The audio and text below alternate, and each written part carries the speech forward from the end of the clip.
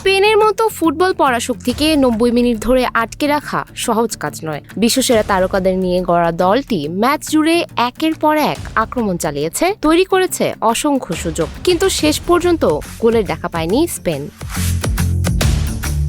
এর পেছনে সবচেয়ে বড় কারণ একজন মানুষ, ভোজিনহা।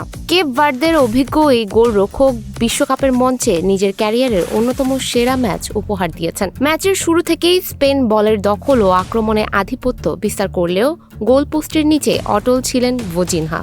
স্পেনের তারকা ফুটবলারেরা বারবার তার পরীক্ষা নিয়েছেন। দূরপাল্লার শট, বক্সের ভেতরের সুযোগ, হেড, সবকিছুর জবাব দিয়েছেন তিনি অবিশ্বাস্য সব সেভে। ম্যাচ যত এগিয়েছে স্পেনের হতাশা তত বেড়েছে, আর ভোজিনহার আত্মবিশ্বাস ততই দৃঢ় হয়েছে। পুরো ম্যাচ জুড়ে স্পেনের চাপ ছিল অব্যাহত, তবে প্রতিটি আক্রমণের শেষ প্রাচীর হয়ে দাঁড়িয়েছিলেন কেপ ভার্দের এই গোলরক্ষক। গ্যালারিতে হাজারো দর্শক এবং মাঠে বিশ্বসেরা ফুটবলারদের উপস্থিতি থাকলেও ম্যাচ শেষে আলোচনার কেন্দ্রবিন্দুতে ছিলেন একজনই, ভোজিনহা।